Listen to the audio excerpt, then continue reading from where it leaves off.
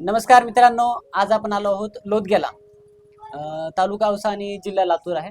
तर लोदग्याच्या आसपासच्या 25 गावामध्ये एक चर्चा चालू होती की लग्नामध्ये मूळ पत्रिकेसोबत कोणी झाड देतं का. परंतु ही किमया आपल्या लोदग्याच्या सरपंच पांडुरंगजी गोमारे यांनी केलेली आहे. तर आपण त्याबद्दल त्यांच्याकडून जाणून घेऊ की ही संकल्पना यांच्या मनामध्ये कशाबद्दल आली. नमस्कार. तर तुमच्या मनामध्ये ही संकल्पना कशी आली बाबा आपण हे म्हणजे मूळ पत्रिका म्हणून झाड द्यावं सोबत. नमस्कार. त्याचं कारण असं आहे की प्रत्येक जण लग्नात तर साडी मूळ म्हणून साडी भेट वस्तू भेट बऱ्याच वस्तू गोष्टी देतात. देतच असतात, परंतु ती कंटिन्यू आत्तापर्यंत चालत आलेली परंपरा आहे. पण आत्ता जर बघितलं तर त्या भेटवस्तूचा उपयोग म्हणावा असा होत नाही. हो. म्हणावा असा होत नाही त्याचं कारण असं आहे की वन्य प्राण्यापासून बचाव करण्यासाठी शेतकरी तो दिलेली भेटवस्तू जी आहे ती साड्या वगैरे तिथं नेऊन वापरत आहेत. हो. किती जरी चांगली दिली तर एक लोकांच्या मनात संकल्पना अशी आहे की आयराची साडी आयरी म्हणजे साडी. काय, हा. आयराची साडी म्हणजे काय 150 रुपयाची असू शकते. हो. म्हणून मला त्याचं काही विशेष वाटणार नाही.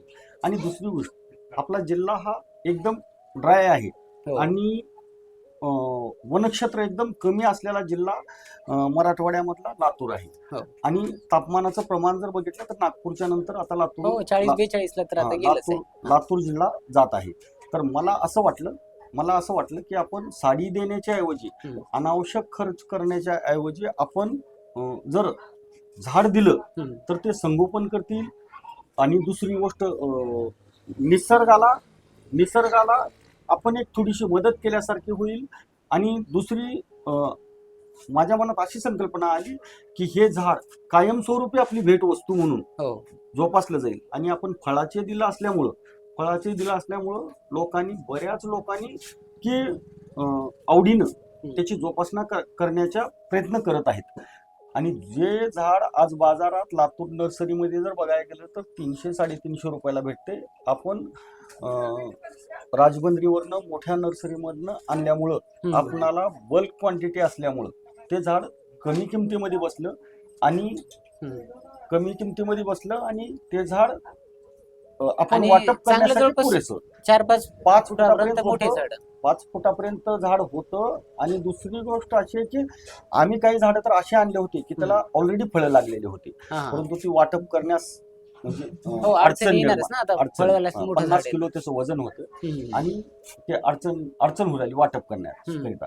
त्याच्यामुळं आम्ही थोडस एक 10 किलो बॅग मधलं आता आपण दिलेल्या ह्या आता जी आंबा असेल वेगवेगळ्या फळाची झाडं दिली तर किती दिवसामध्ये फळं देणार आहेत?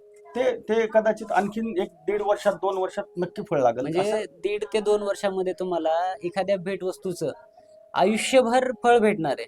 म्हणजे ही संकल्पना खरंच म्हणजे इथून पुढे लोकांनी ह्याचा विचार करणं लय गरजेचं आहे. 100% आणि करतील अशी माझी अपेक्षा आहे. कारण का तर प्रत्येकाला ही गोष्ट आवडलेली आहे.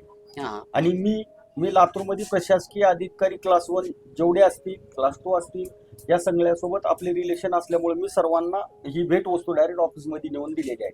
आणि त्या भेटवस्तूमुळं आपला विवाह सोहळा एकदम चांगला झाला, चर्चेत आला आणि पर्यावरण पूरक पण झाला. हो.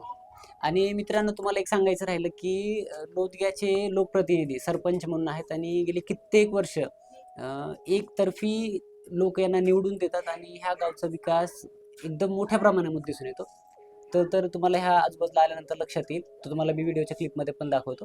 आणि आता बऱ्याच प्रकारे तुम्ही आता हे करताय की किती कोणाकोणाचं लग्न होतं, तुमच्या मुलाचं आणि माझ्या मुलीचं आणि मुलाचं दोघांचं होतं. म्हणजे दोघांचं शिक्षण वगैरे?